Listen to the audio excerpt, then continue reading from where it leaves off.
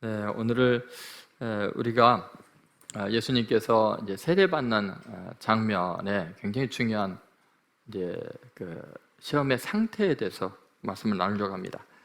예수님께서 요단강에서 세례를 받고 올라오실 때 하늘이 열리고 하나님의 소리가 들렸죠. 성령은 비둘기같이 임하시고 이는 내 사랑한 아들은 내 기뻐하는 자라.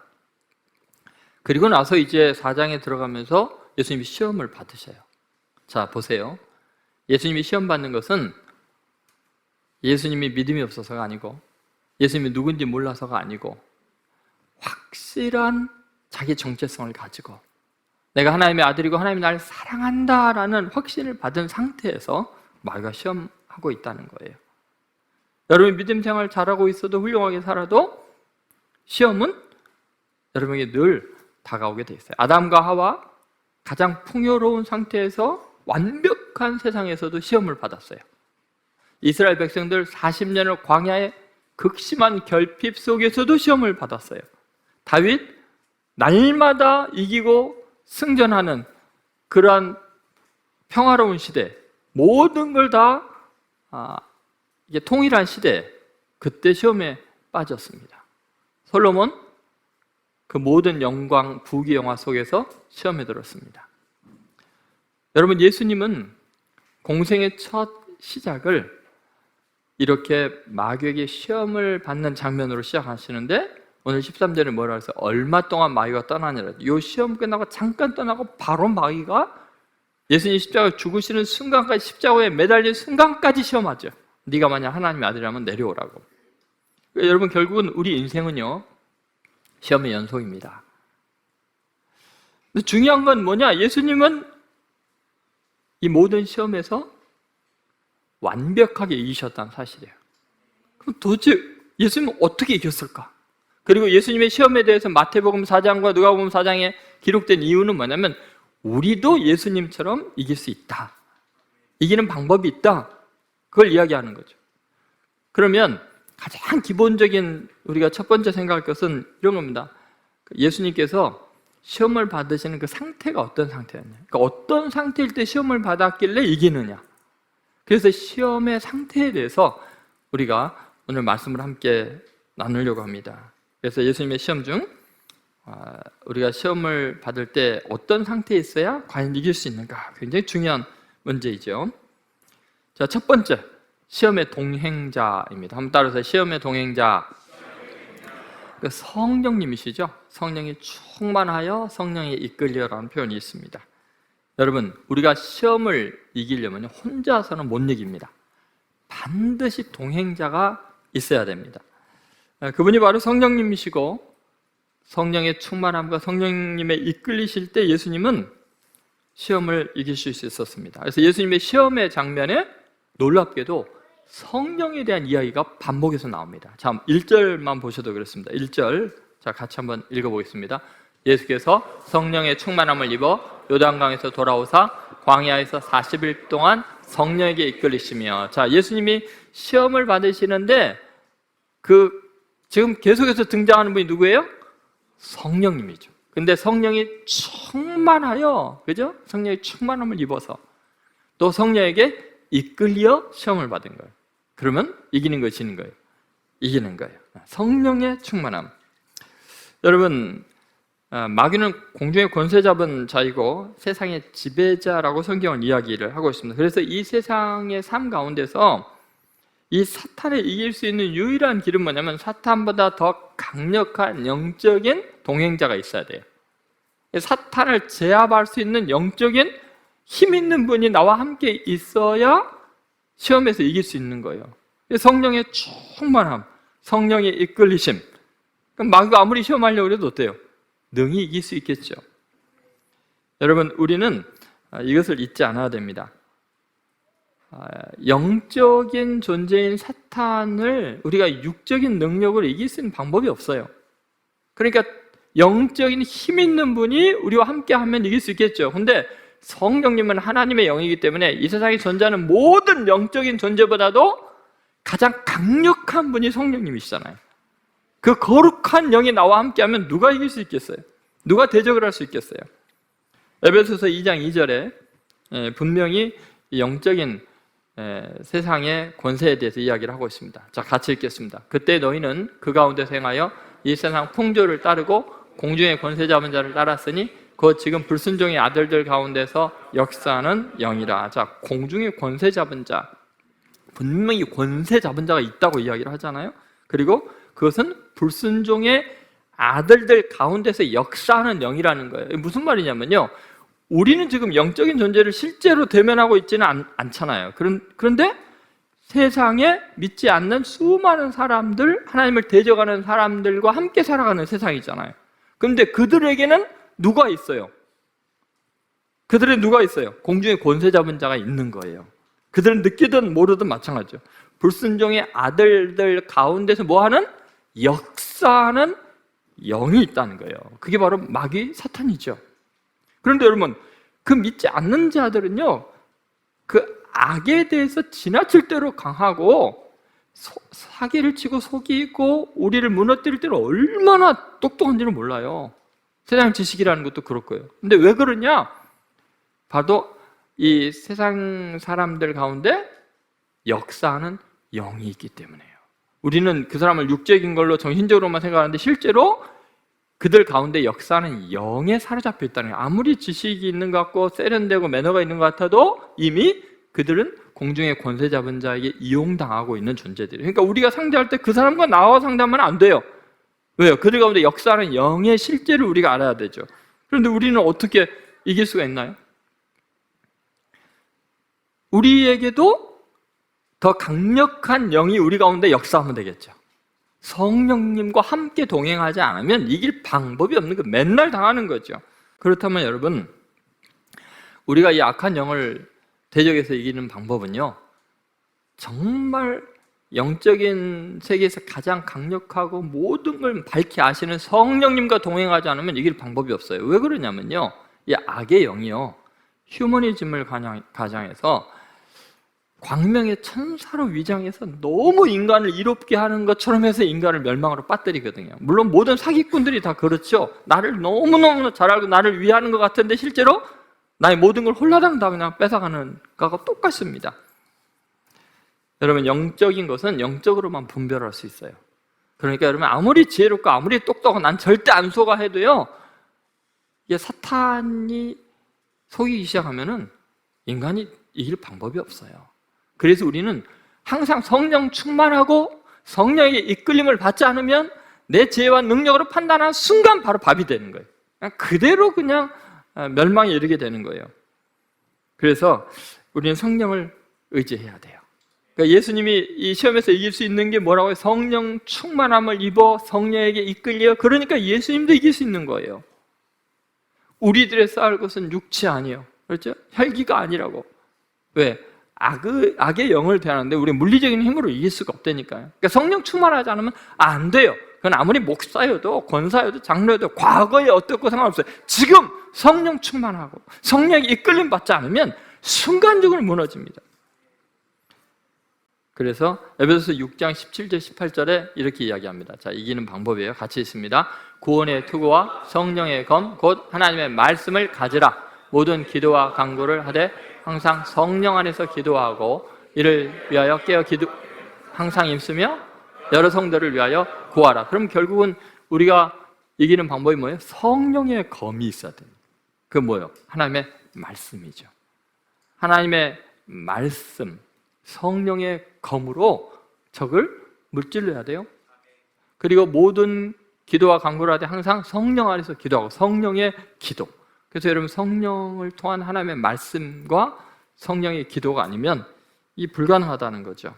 여러분, 성령 충만하면 절대로 마귀가 우리를 넘어뜨릴 수가 없습니다. 그래서 오직 성령의 충만함과 성령의 이끌리심, 이것은 시험을 이기는 유일한 길입니다. 여러분, 우리 인생은요, 시험이 없을 때가 없어요. 그렇기 때문에 늘 성령 충만해야 돼요. 그건 예외가 없습니다. 여러분, 한순간 우리는 달콤한 작은 성공 후에 교만함으로 하나님의 성령을 의지하지 않고 있다가 순간적으로 무너질 수 있다는 걸 잊지 마세요. 이제 두 번째, 시험의 주적입니다. 이것도 굉장히 중요한 개념인데요. 우리는 지금 마귀에게 시험을 받고 있다는 걸 잊잖아요. 그러니까 시험의 주적이 누구냐? 4장 2절을 보시면 누구에게 시험을 받으셨다고요? 마귀에게 시험을 받으시더라 이렇게 나옵니다. 그러니까 여러분 우리는요 싸움을 할 때는 주적이 누군 줄 알아야 싸움을 이기는 거예요. 누가 내 적인지도 모르고 향방 없이 막 아무 데나 휘두르면 힘만 빼는 거예요. 잘못하면 아군을 적군이라고 죽이기도 하죠. 정말 중요한 게 뭐냐면 내가 싸우는 대상이 누군가를 정확하게 파악해야 되는데 그게 바로 마귀라는 거예요. 예수님은 시험의 주적이 영적인 차원에서 마귀인 것을 늘 알고 계셨죠. 그래서 인간이 싸움의 대상이 아니고 그 인간을 조종하고 무너뜨리는 이 악의 세력, 이 영적인 세력을 정확하게 지금 대적하고 계신 겁니다. 에베소 6장 11절, 12절에 그래서 아까 읽었지만 이 내용이 나오죠. 뭐라고 그랬어요? 마귀의 뭐요? 간계를 능히 대적하기 위하여 하나님의 전신갑주를 입으라. 우리의 씨름은 혈과 육을 상대하는 것이 이게 사람 상대하는 게 아니라 뭐예요?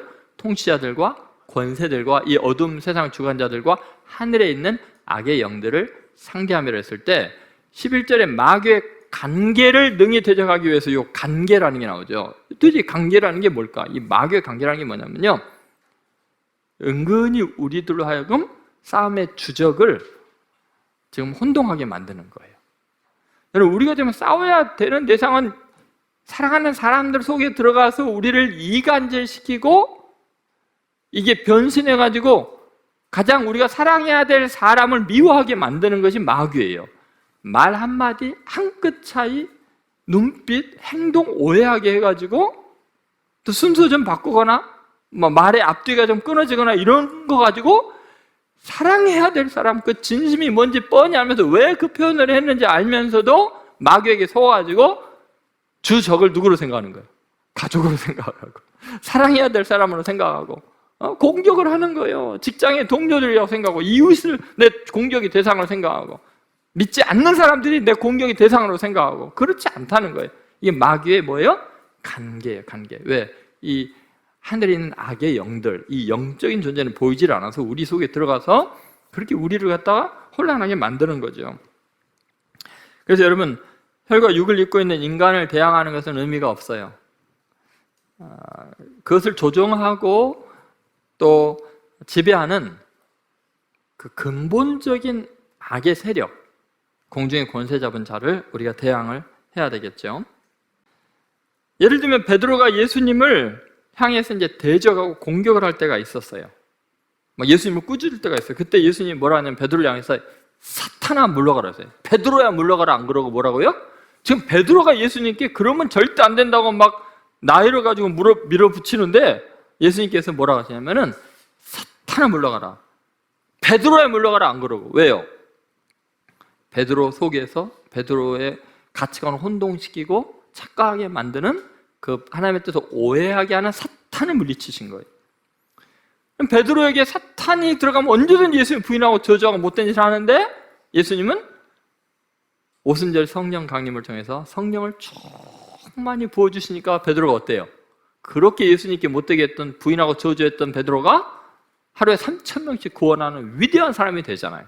만약 그때 베드로야 물러가라 하셨으면, 베드로 미워했으면 베드로가 그렇게 변화됐겠어요? 사도 바울이 그 전에 사울이었을 때 예수 믿는 사람 잡아 죽이고 그렇게 못된 짓을 하는데 예수님이 사울아 너 떠나가라, 너는 안 되겠다 그러지 않고 그를 불쌍히 여기셨잖아요. 그러니까 그렇게 위대한 사도가 되는 거 아니에요? 여러분 지금 여러분을 공격하고 미워하고 교회를 박해하는 사람이 그 사람이 어때요? 사탄만 물러가면 하나님의 사람으로 성령 충만하면 바뀌어질 줄로 믿습니다. 그러니까 우리는 세상을 미워하면 안 돼요. 세상 사람들을 공격하면 안 돼요. 뭐 권력이 있는 사람이건 부유한 사람이건 그들을 속이고 있는 사탄, 악의 영들을 미워해야죠. 그걸 물리치기만 하면 그 사람들 하나님 일꾼들이 다 될 줄로 믿습니다. 우리가 정말 하나님 외에 다른 것에 마음을 빼앗기는 거, 결국 그것이 마귀 하는 일인 것을 잊지 않아야 돼요. 여러분, 우리는 순간적으로 우리 속에 유혹의 불이 그 욕망의 불이 언제든지 켜질 수 있는 존재인데 사탄은 그걸 키려고 달려들고 있어요. 성령 충만하고 성령 이끌리지 않으면 이거 막을 방법이 없습니다. 그래서 멀쩡하던 사람이 한순간에 그 뉴스에 나오는 거 보면 저렇게 점잖은 사람이 저럴 수가 있을까? 아니 그렇게 나라를 위해 희생한 사람이 저렇게 망가질까? 그 왜 그래요? 그 마귀가요 어느 정도 높였다가요 한꺼번에 확 무너뜨리면은 그 마귀가 더 힘있게 역사하는 거거든요. 그러니까 여러분이 작은 성공 앞에서 방심하는 순간 여러분은 더 크게 무너지게 된다는 거예요. 야고보서 1장 13절에 이렇게 이야기를 합니다. 같이 있습니다. 사람이 시험을 받을 때 내가 하나님께 시험을 받는다 하지 말지니 하나님은 악에게 시험을 받지도 아니하시고 친히 아무도 시험하지 아니하시느니라. 여러분 마귀는 시험에서 어떻게든지 우리를 무너뜨리려고 하는데 시험의 주적을 변경시키는 거예요. 마귀의 방법이. 이게 뭐냐? 우리는 자꾸 인간 때문에 내 인생 망쳤다고 그래요. 사람을 주적으로 생각하니까. 또 그러다가 이제 안 되면은 하나님이 이 인간 만들었잖아요. 하나님이 이 사람 나 만나게 했잖아요. 또 하나님에게 돼요. 그러면 여러분 시험 당할 때 우리가 주적이 마귀인데 꼭 사람에게로 전가시키거나 나중에 궁극적으로 이래도 저래도 안 되면 누구를 원망하는 거예요? 하나님을. 하나님이 무슨 죄가 있냐? 하나님 우리에게 복만 주시는 분인데. 그러니까 여러분 꼭 우리가 시험의 주적이 뭔지를 알아야 궁극적으로 승리할 수 있다는 것을 믿으시기 바랍니다. 자, 마지막으로 굉장히 중요한 건데요. 시험의 틈입니다. 시험의 틈. 한번 따라서 시험의 틈. 결핍의 상태죠. 여러분 여기 2절, 3절에 있는 내용을 여러분 잘 보시면 굉장히 중요한 원리가 나옵니다. 한번 같이 읽겠습니다. 마귀에게 시험을 받으시더라. 이 모든 날에 아무것도 잡수시지 아니하시니 날수가 다음에 줄이신지라. 마귀가 이르되 내가 만약 하나님의 아들이거든 이 돌들에게 명하여 떡이 되게 하라. 아멘. 여러분 시험이 우리 인생이 계속되는 이유와 그 시험의 가치에 대해서 굉장히 명확하게 해주시는 말씀입니다. 이게 깊이가 너무 우리가 상상할 수 없을 정도입니다. 여러분 시험의 그 빈틈이 있거든요. 시험할 때는 어떤 우리 속에 결핍을 통해서 시험이 들어오거든요. 욕구가 채워지지 않을 때 그가 항상 유혹의 대상이 됩니다. 그것을 향한 갈망이 생기게 되면 마귀는 그걸 통해서 우리를 시험하는 거죠. 그래서 예수님께서 아무것도 잡수지 않을 때 40일을 굶주렸을 때 배가 고프잖아요. 결핍이 느껴지니까 돌들이 변하여 떡이 되게 하라. 이제 시험을 하게 되는 거죠. 자, 그러면 왜 예수님은 40일을 줄이시면서 시험을 자초하신 걸까? 아니 좀 드시지. 괜히 마귀가 시험을 할 틈을 왜 주셨을까? 여러분 왜 예수님은 40일을 굶주리시면서 이 마귀가 시험할 틈을 내주셨을까요? 그걸 알아야 돼요. 예수님은요 육체적인 굶주림을 통해서 영적인 차원의 풍성함을 좀 갈망하고 계신 거예요. 인간은 누구나요 배가 부른 상태에서 영적인 각성은 불가능합니다. 참 아이러니합니다. 여러분이 생각해 보세요. 어떤 것도 기도할 제목이 없을 때 가장 위험한 상태입니다. 부족함이 없다고 느끼는 그 순간은 가장 절망적인 상태입니다. 여러분 곤고한 가운데 뭔가 결핍이 있을 때만 인간은 하나님을 찾고 찾습니다. 하나님을 의지합니다. 그런데 놀라운 사실은 바로 그 순간이 영적으로 가장 좋은 상태이면서도 가장 위험한 상태라는 거예요. 마귀는요 동시에 하나님을 열망하는 사람을 가장 공격을 합니다. 또 이걸 한번 생각해 보세요. 마귀는 살아있는 영혼을 노리는 거예요. 활력이 넘치고 비전이 있는 영혼을 괴롭혀요. 시험에 빠지게 하려고. 이미 자기한테 시험에 넘어왔는데 뭐하러 괴롭히겠어요? 예수님은 거룩한 비전을 품고 인류를 구원하고자 하는 위대한 사명을 향한 첫 발을 내디디니까 마귀가 빈틈을 타고 돌아온 거예요. 하나님의 뜻을 위해서 자기 자신을 준비하고 하나님을 갈망하기 위해서 육신의 극한적인 고난 속에서 지금 하나님을 대면하고 있었던 거죠. 그러니 그 거룩한 영혼, 그 강렬한 비전의 빛을 내는 그 강하고 아름다운 영혼을 마귀가 왜 탐을 안 내겠어요? 길을 쓰고 예수님을 공격할 수밖에 없었던 거죠. 여러분 저는 이것이 되게 중요한 개념이라고 생각하는데 하늘에 계신 하나님과 악마인 멤피스 펠레스 사이에 대화가 그 서문에 나오고 있습니다. 그 내용 중에는 이런 거였습니다. 허락만 해주신다면 그 녀석을 살짝 저의 길로 끌어들이겠습니다. 파우스트라는 굉장히 위대한 철학자, 계속해서 갈망하고 정말 인생의 의미를 찾는 그 사람을 지금 유혹하겠다는 거죠. 그랬더니 하나님께서 그가 지상에 살고 있는 동안에 내가 무슨 유혹을 하든지 말리지 않겠다, 이렇게 이야기하거든요. 그리고서 하나님이 이 멤피스 펠레스를 향해서 이렇게 이야기합니다. 인간은 노력하는 한 방황하는 법이니까. 여러분, 이 말을 잘 보세요. 인간이 노력하는 한 방황한다는 게 뭘까요? 현실에 만족하지 않고 뭔가 더 새로운 길, 위대한 것을 추구하면 어때요? 방향성이 설정이 안 되니까 방황하는 거예요. 더 뭔가를 찾고자 하는 갈망이 있는 건데 안주해버리면 방황 안 하죠. 만족해버리면. 그래서 하나님이 지금 인간을 의미 있게 생각하는 게 뭐냐면 지금 결핍을 느끼는 고순간, 그래서 예수님이 줄이고 목마른 사람이 복이 있다, 천국이 저들의 것이다 라고 이야기를 한 이유가 거기에 있어요. 인간이 살아있는 한 유혹의 자리를 벗어날 수 없다고 지금 하나님께서 이야기하는 거예요. 그러니까 뭔가를 의미 있게 살려고 하는 사람은 사탄의 유혹을, 시험을 받을 수밖에 없어요. 방황할 수밖에 없으니까. 그래서 멤피스 펠레스가 이런 굉장히 의미 있는 이야기를 합니다. 고맙습니다. 사실 전 죽은 놈들과 상대하는 걸 좋아하지 않습니다. 통통하고 싱싱한 뺨을 가진 놈을 가장 좋아하지요. 송장이 찾아 올라치면 전 대문을 걸어버리지요. 여러분, 마귀가요, 송장은 어떻게 해요? 대문을 걷어 잠근다. 상대 안 한다는 거예요. 나는 싱싱하게 살아서 물결을 거슬러 올라가고 하나님 뜻을 찾으려 애쓰는 사람을 잡아먹겠다는 거죠. 여러분, 괴테가 파우스트를 통해서 가장 강조하는 개념의 하나가 우리가 생각하는 죄의 근원에 대한 문제를 완전히 바꾸는 겁니다. 여러분, 우리가 지금 착각하는 게 뭔지 아세요? 진짜 죄가 뭔지를 우리는 좀 놓치고 있는데, 우리는 죄에 빠졌다, 가장 큰 시험에 들었다라는 개념을 어떤 성적인 죄나 도둑질이나 사기를 하거나 악을 행하거나 살인을 행하거나 거짓말하거나 이런 거를 가장 심각한 상태로 생각하는데 천만의 말씀입니다. 성경을 보면 그것 얼마든지 죄의 보혈로 사함받고 새 사람 될 수 있습니다. 진짜 위험한 순간을 파우스트는 이렇게 이야기합니다. 멈춰라, 이 순간이에요. 이게 마귀의 밥이 되는 순간입니다. 여러분, 지금 모든 것이 평안하고 안주되어 있다면 하나님을 찾지 않아도 되고 기도하지 않아도 되고 하나님을 예배하지 않아도 살 수 있을 것 같고, 지금 부족함이 없다면 이미 마귀의 밥이 된 거예요.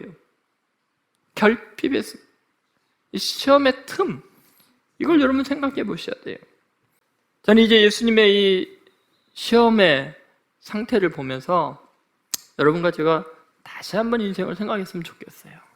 괴테가 파우스트를 통해서 성경의 진술을 깨닫고 우리가 생각과 전혀 다른 차원에서 이 시험을 이야기하고 있잖아요. 오늘 예수님의 상태가 그랬던 거예요.